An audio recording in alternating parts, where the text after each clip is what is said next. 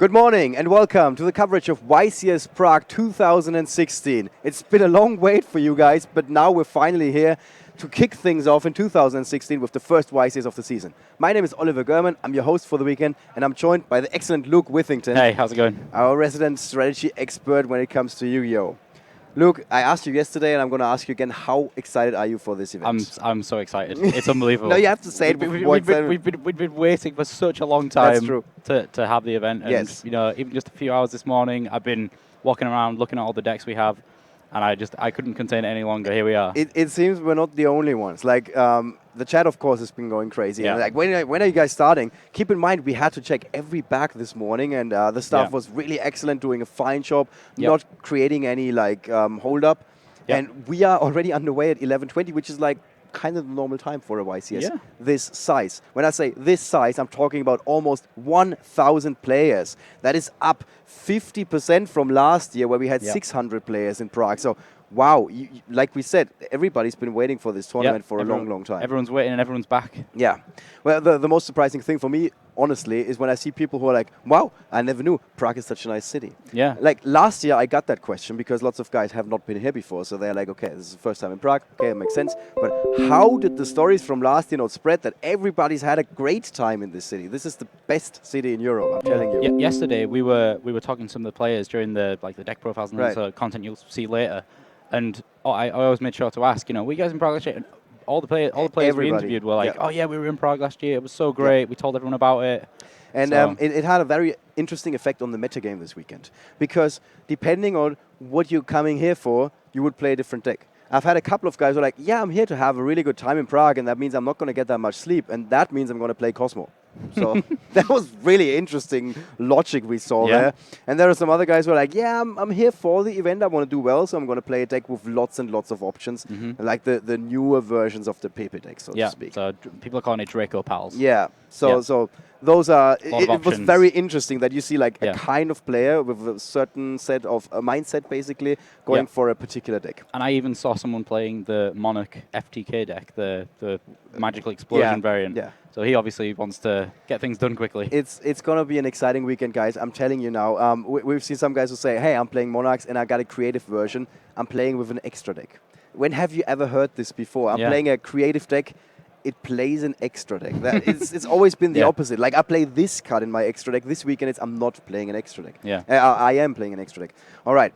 Having said all that, we have talked about creative deck choices for players. One guy last year made headlines, bringing Burning Abyss to the table when everybody else was like, hey, you should have like taken a flight with last year airlines, fly to this year, because Necros is the deck to beat this year. Yeah, it was a sea of blue Necros cards. And that player was Valon Letertre from France, who ended up winning the event with Burning Abyss. He's back to defend his title, and guess what he's playing? He's playing Burning Abyss. I love that. I love it. He's just sticking to his guns. He's like, that's my deck. I'm going to play with it again. His opponent in our round 1 feature match, let's take you guys to the feature match table, is Colin Fisher from the US of A. It's his first YCS, which is crazy considering how many YCS there are in the US. But he's been a long-time Yu-Gi-Oh fan. He's studying in Rome and made the trip together with some friends from Rome. And they said, okay, let's just go to Prague, have a good time, and play some Yu-Gi-Oh! Yeah, and ironically, he's actually starting out with a sea of monsters playing against Mermail. True that, yeah.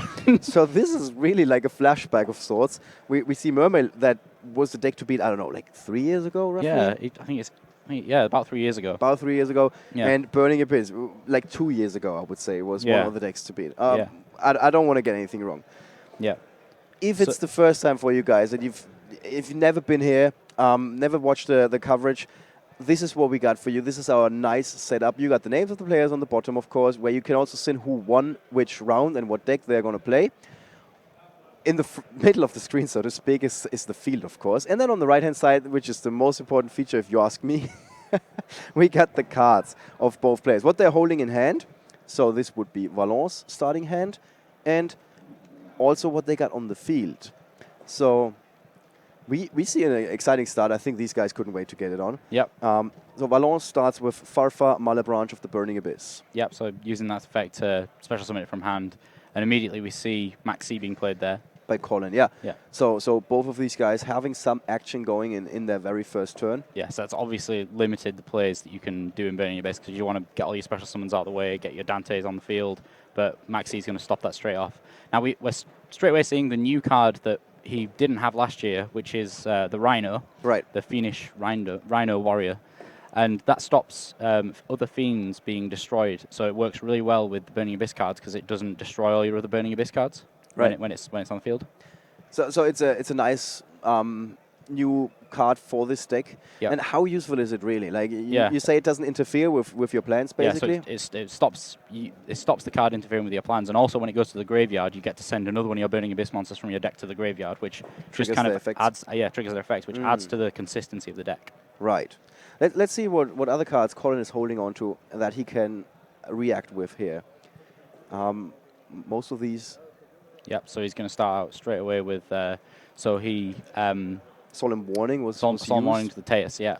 It was the Marksman that he discarded. So obviously he was trying to get rid of that back row with Marksman. Right. And that's kind of even worse for Colin now because Marksman was going to destroy the Solemn Warning, which already got used for Teus. Right. So that's kind of a.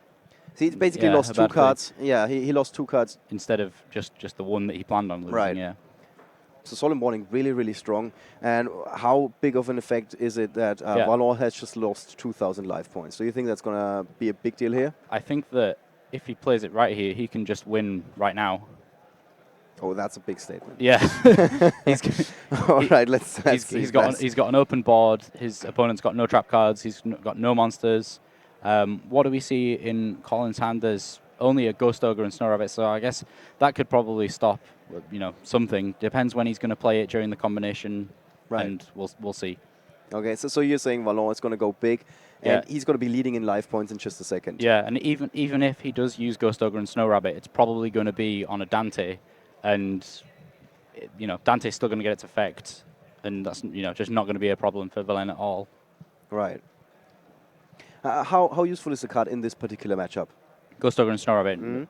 I wouldn't say that useful, to be honest, because not the only effect that really activate on the field is Dante, and Dante doesn't really mind being destroyed. Right. And when is this card really useful against what other decks? So it's really good against Pendulum decks because obviously you can destroy their scales when their effects activate in the scales, and as we know, Pepe decks need the Pendulum scales. So yeah, he's just decided to stop there with 5,000 damage, but still he's leading. He's leading in life points here. Yeah, big lead. Actually. Let's see what Colin draws. Right. So he's got an instant fusion, which is nice. He's going to be able to make some plays with that, but still. Dark Hole also one of these cards that's not that useful against Burning Abyss. Yeah, because it's going to wipe his board, but he's going to get 2 Dante effects. He's going to get the Fiendish Rhino Warriors effect. Yeah. I think Dark Hole was actually like unlimited in that time when all of these decks were popular that really don't mind getting their monsters destroyed. Yeah. Because the effect's triggering and you get cards back from the graveyard or you get to special summon something. So Dark Hole really not as useful as it used to be. No, just overall not as useful as it used to be. But in some of the matchups, it's really, really good. Right. If you can get an Abyss Dweller out or something, then second copy of Ghost Ogre and Snow Rabbit for Colin. I think that's not the card he wanted to draw. No, not really. I'm trying to think of what he possibly could do here. Let's have a look at his deck list and see what he's got in his extra deck. Yeah, the big question was like, what new additions do these decks have? We were talking about the Fiendish Rhino Warrior for Valon, of course. Yeah. When it comes to Mermail, is there anything new that's... Yeah, so the big card for them was Neptabyss, which allows you to send one of your Atlanteans to the graveyard as a cost for its effect. You don't need to go on. It's like that is good enough in itself, just being able to send Dragoons. Yeah. It's quite interesting, depending on the deck type, what qualifies as a good card. Yeah. In some cases, it sends a card to the graveyard, so it's good. Yeah. All right, so the Dark Hole has been played. That means Valon lost his field, but Dante now triggers, and that will allow him to return something to his hand. Yeah, so let's see what he decides to add back here. What's the obvious choice, in your opinion? So yeah, he just needs Burning Abyss monsters so he can start making some Exceed plays. Is there a point in time when it makes more sense to return a Fiendish Rhino Warrior to the hand rather than a you can't Burning get Abyss? you can only get your Burning Abyss cards back to your so hand. it doesn't like fit it in perfectly in the strategy, so to speak. No, not exactly. If it was a Burning Abyss Rhino Warrior, then it would be super crazy. Oh yeah. Okay, here's a suggestion for future cards that come out, guys. Yeah. So we see the Rhino Warrior's effect sending Sir to the graveyard. Obviously, that was recently limited on the Forbidden Unlimited list because it's such a strong card, and it also was its target of its effect was Graph, the other card which was limited. And here we see the Instant Fusion responded directly with Max C. So again, Colin's not having a great time right now. Yeah, it seems like Valon is really having like all the answers here. So he's probably going to get Norden. And then he's going to have to special summon like 3 times this turn to be able to make anything of it. Right. He's going to have to play Norden. Norden's going to get a card from the graveyard. That's 2 special summons. And then he's going to have to maybe summon the Ghost Ogre and Snowbites to make a synchro play. I guess if he... So... If Let's bring up Norden for you guys in case you haven't seen that card before. So actually, he's got a really good play here. He's going to be able to make Leo. Okay, so much for that. Norden is not in our app. Yeah, so now this is a big game changer here. So Leo was always known for being that card that Burning Abyss just couldn't deal with. Right. And that has changed? No, it's exactly the same. You can't really deal with Leo so basically, in the Burning Abyss deck. Valon is holding on to like a lot of cards. He still cannot get rid of Leo. Yeah, so there's a few cards that he is playing, Valon, that would have dealt with it. Like Bottomless, he's playing the Solemn Kit. He's playing 3 Horn of Heavens in the main deck as well. He does hold on to a Dark Hole. Yeah. So Valon does. Yeah. So that's a perfect way to deal with it. And yeah. But how come that's a shame. How come he's first summoning something when he has Dark Hole? Is there a better way to deal with it? It was. I think it was just because Leo. That was still happening. Leo hit the graph. Right. So now we're going to see. So how many answers did he have? He had. So the only 2 answers copies of Dark Hole. Yeah, 2 Dark Holes, 2 Dark Holes and a Regeki, but all the other ones were traps. So yeah, so not that quick to get rid of that card. Yeah, and that's it. So that was perfect answer. Yeah, that was quite lucky that it had Dark Hole. That was quite something. Yeah. So Dark Hole. I just said like a second ago that it's no longer that useful, but of course it does have its appliances, it does have its moments. That was one of them. Yeah, exactly. Yeah. Right. Very old card. It was released in one of the first sets. It's one of those old but still gold cards. They really serve a purpose. Yeah. I also find it interesting that depending on the deck you're playing, Dark Hole can be better than Raigeki. Like when you have the 2 cards side by side, it's like it looks obvious that Raigeki is the better card. However, in some scenarios, Dark Hole can be better. Yeah. So that was pretty standard game, I guess, with these 2 decks. It was fairly lucky that one of them managed to make Leo, but then the other one had the answer straight away. It's just a matter of seeing what these guys have in their side deck. So Valon's side deck's probably changed quite a lot since last year. He's got 3 Ghost Ogre and Snow Rabbits, 3 Cyber Dragon Cores for the Cosmo matchup. Right. And then a few more trap cards as well, Massive Restrict. Quaking Mirror Force. Quaking Mirror Force, yeah. It's interesting that we see new iterations of Mirror Force. Yeah. I think this is the one that brings everything back to the deck, if I remember correctly. So it's if that's correct. I'm trying to remember. I think it's the one that sets everything. Right. But I'm unsure. Let's have a quick check. Well, other cards we see in Valor's side deck, of course, we got Skill Drain, Mask of Restrict, 3 copies of that. And Anti-Spell Fragrance as well. Anti-Spell Fragrance. Quite interesting, quite a useful side deck if you ask me. Yeah, Quick Mirror Force is the one that sets all of your opponent's monsters. Right. Yeah, and they can't change their battle positions. So you just set all your opponent's monsters and then they just have to stay there. All right. Another new card we see in the Mermail deck is Gameciel, the Kaiju, basically. Yeah. You said earlier, I'm surprised that he's running it in the main deck already rather than the side deck. Yeah, so one of the big problems that Mermail have is that Cosmo's very strong against it. And, dealing with those ships is quite tough for them. And obviously the Kaijus deal with those really well because you can just tribute them and give your opponent a Kaiju, which isn't as good as a Dark Destroyer, let's say. Yeah. So, but yeah, I think he's playing that just because maybe he's really, really scared about playing Cosmo. Right. I can see him sliding those out in games 2 and 3. That's an interesting choice at the first event with a new format. Normally you see something like that at like the second or third event when people know like, okay, this is roughly the established metagame, so I need to be prepared for these particular decks.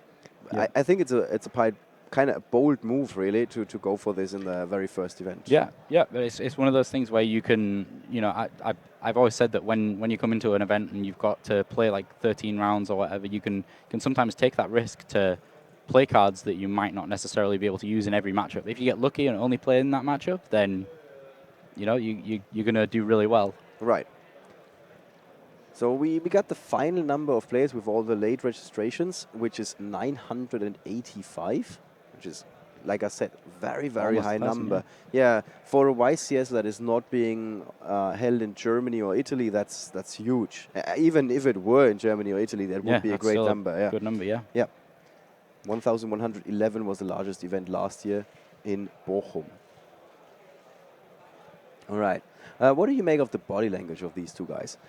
Valon seems to be one of these guys that are like, you cannot really fuss him. Yeah, he seems absolutely calm, whereas Colin seems, it's his first YCS and he's on stream. Yeah. He might be a little more nervous than we're giving him credit for here. Yeah, and that can actually play a role. Like you see sometimes players making mistakes. Definitely. Because they are not used to this situation, standing on the playing on the stream. And also, most of the time there's some light shining in their faces. Yeah. Feeling we are very familiar with. Yep. We've got our pseudo sun. Yeah, so that also adds to the whole thing. And I've actually had that, like even experienced players saying, I don't want to play on the stream because all my friends are going to see if I mess up. Yeah. Yeah. It's one of those things. But we've got those players that we see all the time on stream up in the top cut, like Marcelo Barberi and Peter Gross. Those guys, they're here. We might get them on later. Yeah. Well, we'll certainly try. Yeah. Yeah, and we got a couple of known players. We can, like you just mentioned, yeah. We've so we start out again. Yeah. So Colin decided to let Valon go first. Yeah. Do you agree with that decision? Generally, I think it's good if you're going to play hand traps. Right. Which Colin is. So we see a very different turn 1 that Valon is going to play this time because obviously he didn't have a max C to contend against. Yeah, Colin doesn't really have anything to respond here, so he's just going to sit tight and watch Valon unfold. Okay, so that's a reasonably good... okay, let's bring it back. No, I was going to say it was reasonably good, and then I saw what was in Valon's hand. He's got 2 of the Solemn kits, which is Solemn Strike and Solemn Warning. So you're saying this is reasonably broken? It's it's pretty good. So Solemn Strike, you're going to pay 1,500 life points to negate a monster effect or an inherent summon, and yeah, that's going to stop Megalo's effect, which can get rid of Megalo, and also Warning can negate summons as well, or special summons. It's interesting that he's playing 3 copies of that in his main deck together with Solemn Warning, so that's a lot of life points he has to pay. Yeah, so that's always a question that some maybe inexperienced players always question. Why are you playing trap cards that aren't enough for you to be able to? Yeah, you don't even have enough life points to pay for all these cards. So this was really, really smart. He didn't set both because he knew that he only had to negate 1 of the big Mermail summons to make it worth it for him. So again, he's actually managed to do the same thing he did before, which was stop the marksman being useful when discarded. Get a 2-for-1 out of it. Yeah, exactly. And Megalo would have got an Abyss Sphere as well. Right. However, we do see a Deep Sea Diva searched by the Dragoons that got discarded. Right. Now, if he normal summons that, he's going to be able to special summon. Yeah, so he's going to go get the new card that helps in the middle. Or not, because of Effect Veiler. He would have been able to go get Neptibus. Yeah, it's kind of one of these matches where you have to eat your words. Yeah, all the time. Because Valon I feel like has all the answers apparently. Yeah, during the first game, I kept saying things, and it was just like, no, that's not right. But I gotta say, this situation reminds me of what happened last year, because actually we did have Valon on the stream twice. We did have him. You haven't been there, but maybe you did watch the stream. We had him in the very last round of Swiss on the first day, and he was very tired. Like, his plays were kind of questionable. He was on the bubble. He had to win to make day 2. And there were a couple of plays where we weren't exactly sure, is this the right way to play this? And when he ended up in the finals, we were like, this is somewhat surprising, considering that yesterday we saw a couple of mistakes there, or at least we identified them as mistakes. Yeah. And then in the finals, there was nothing that could touch him. He was completely in a all over it. Yeah, in a zone of his own, and easily like tearing the opponent apart in that game. Okay, so let's see. So Abyss Dweller, very, very strong against Burning Abyss because all of their effects activate in their graveyard. So this turn, obviously, Burning Abyss are not going to be able to activate at all because of Abyss Dweller. That stops all effects that activate in the graveyard activating. Right. But it seems like Valon's just going to do a really simple move. Get rid of the tuner on his opponent's side of the field. Set that Solemn Strike, I think. Yeah, set the Solemn Strike, and that's it. He doesn't need to do it anymore. He's in a really nice position right now. Yeah, it seems like he really understood the way his deck is working. Yes. When he has to step on the gas pedal and when he can just like lay back a little bit and wait. Straight on the brakes. There's no need to do anything. Right. So let's see. It's the second instant fusion from Colin. So he's probably going to go get another Norden, but we'll see. We'll see if Valon decides to use the strike on the Norden or not. Now he's probably going to have a little think about this. When does it make sense to use it? When doesn't it? Well, it all depends on whether he thinks that his opponent's got enough stuff to be able to use Neptibus or not. Here we go. So yeah, so he decides to use it there. So now Colin still has a Neptibus here. He's not going to be able to do that much with it, to be honest. Right. Valor hasn't actually taken damage from any attack so far, already down to 4,500. Yep, so he's been paying some very, very expensive trap cards there. But then again, like if you win before your life runs out, it doesn't really matter. Yep. So he's going to send Dragoons, which allows him to go and get an Atlantean from his deck to his hand. That's Neptibus' actual effect. So you're paying the cost of sending Dragoons to the graveyard to get an Atlantean from your deck to your hand, and that again is the payment, which gets you another card to your hand. Right. But obviously you can only play two Dragoons, so that's reasonable, I guess. So let's see what he makes of it here. What would be the best option for him here? I don't know how many waters he's got in his graveyard, but maybe like Mooling Glacier or something, if he does have the right amount of waters, but I don't think he does. Okay. Yeah, so he's just going to go for Megalo. So Megalo's going to be able to discard the Atlanteans that he's just searched, and then obviously be summoned, get a Sphere, and there's no response that Valon has for this. And Megalo's quite big. It gets over, like Dante gets over it, but it's still a good card. Yeah, it allows him to keep going, whereas not doing anything doesn't get you anywhere. This is some real knowledge you're dropping real knowledge, here. Yeah. If you don't do anything, it doesn't get you anywhere. Perfect strategy. There we go. But so here we go. So we see Megalo being summoned, and he's going to use both of the heavy infantry effects on the Burning Abyss monsters. So he's going to go and search that Abyss Sphere. So that looks really, really good so far for Colin, but how good is it really? Oh, he's not getting Abyss Sphere. Ah, okay, yeah, he's searching the, I forget the name of it, Abyss Scale of Mizuki. Yeah, actually he's not playing any traps, by the way. Yeah, oh, yeah. So Sphere has completely disappeared from this thing. No. So not even in the side deck. The scale allows you to stop, I think it's a spell card by sacrificing it from the field when they play the spell card. Does it make sense to not play like a treacherous trap hole when you're not running any trap cards anyway?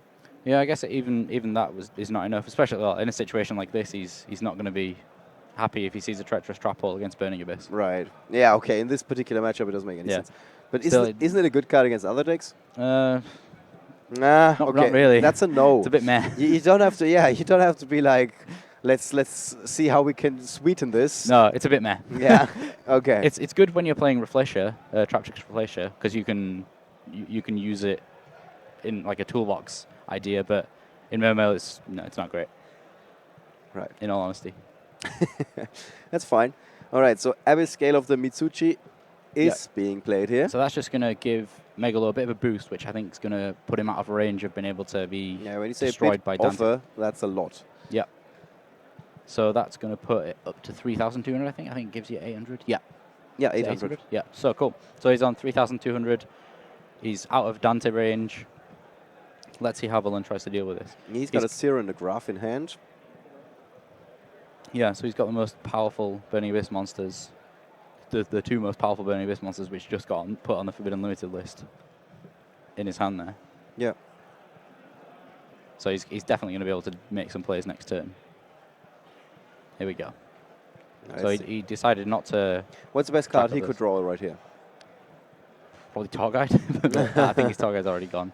I remember it going earlier. It's like one turn too late for the Maxi, right? Oh, did he just draw Maxi? Yeah, he did. Oh, that's a bit rough. It would have been nice to have that for Megalo, but it's one of those things where, you know, his turn wouldn't have been extended even if he did like not have Maxi. You know, I mean, he extended as far as he could there, and there was only one special summon of Megalo anyway. How good is Maxi in the current format?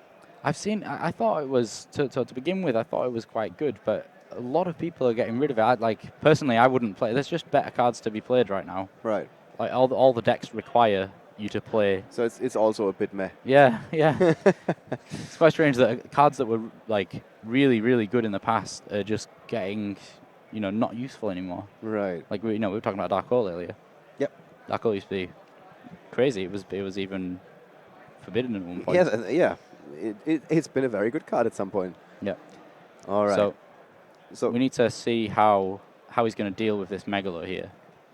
Now, a great option would be to overlay the two Dantes into F0 and take the Megalo away from him. If that's got to be his option, then he can do that. Right. And do you see anything else that he could be doing? So just like Dark Holes and Raigekis. That's obviously not going to destroy all of his monsters, but it's going to get rid of the equip spell. What else? He's not playing any Fire Lakes. He's not even siding Fire Lake. I think we've never seen F0 being played on the stream, to be honest. Oh, really? It's really relevant right now, especially with Phantom Knights. Phantom Knights utilize it quite a lot. Right. So it just allows you to. You can use any two Exceed monsters of the same rank. Yeah, to bring it out. Yeah. So that's another great way that he could get rid of Megalo there. He used Farfar, and Farfar's effect is when it's sent to the graveyard, you can temporarily banish one monster on the field. So that actually did more than you would think, because it actually got rid of the equip spell as well. Yes, so that is, for this very short period of time, a 2-for-1, and when it comes back, it's a 1-for-1. So still a very good deal. Yeah, and they're both on like reasonably high life points. It's not loads, but it's not, you know, sub 3,000. Yeah. Like under 3,000 life points is pretty dangerous territory nowadays. That's quite interesting, yeah, how this has changed over the years. Because there was a time when 900 life points was a lot. Because it meant you could still pay for premature burial and nothing else mattered, basically. Yeah. Nowadays, it's not like that anymore. Yeah. If you had 900 life points, you'd have lost just then, because Barbar is going to go to the graveyard, and you're going to be able to use Barbar's effect that would inflict 900 damage to your opponent. Right. So yeah, so he's going to be able to chip away at him here. So you can banish up to 3 of your Burning Abyss monsters from your graveyard, and it deals 300 damage per monster. Right. It's actually an important effect. I've seen a couple of games being finished that way, and it's especially useful, of course, during the extra turns, when the game is going to time. Very, very useful. Yeah. And the reason it's so useful as well is because obviously you can summon it back and put it back in the graveyard multiple times and use that effect over and over again. And you've got a lot of Burning Abyss monsters. So a couple of people have been pointing out that Colin might have made some mistakes here. Did you see any like questionable plays where you were like, okay, you could have played this differently and it would have been better the other way? Not exactly. It's hard to say. I don't know what people were saying in chat, but it's one of those things. I think he made some okay choices. Like he got 2 searches off both the Dragoons, so he could have made different choices there. Wow. Yeah. That's like a flurry of special summons, if there ever was one.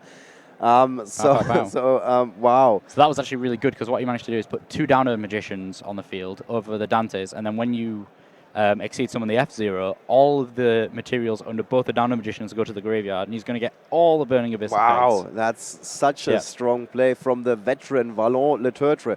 You can tell why this guy has won last year. And he's just mastered the Burning Abyss deck. He was, he did it last year, and he's quite honestly, I wouldn't be surprised if he told us that he's been playing this deck all year long. Oh yeah, I wouldn't be surprised. Yeah, if it's just like, yeah, that's my deck. I'm always going to play this, and like nothing else. So there's the Megalo that returns from Farfar's effect. And at the time of this, Colin is holding onto a Murmel Abyssgunde, but I think he did draw into a second card, because he already held onto that one.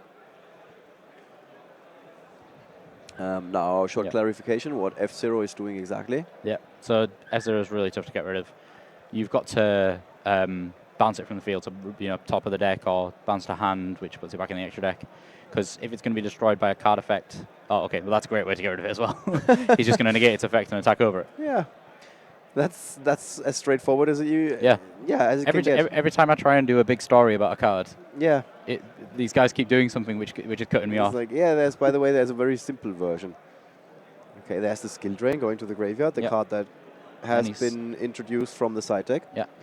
And he sent another Barbar, and then that's going to be enough damage to get rid of the rest of Colin's life points. Wow, that was very, very interesting first match at this YCS. You can tell the judge is very trying to make sure that, we got all the results in. It's not like the round has concluded already, guys. No. The rest of the field, how fast is this format? Do we have a lot of overtime, or do you think most matches are going to finish in a reasonable amount of time? So the mirror matches can take quite a long time between, so Cosmo mirror matches sometimes take a long time. Right. If you run out of resources, then it can take a very long time. The Pepe style decks are going to take a long time because they have a lot of options. So there are chances that we're going to have some time to fill in between rounds. Yeah. However, I got some very good news for you guys. First of all, we recorded a couple of features yesterday already, which we're going to show in between rounds. You are familiar with those, of course.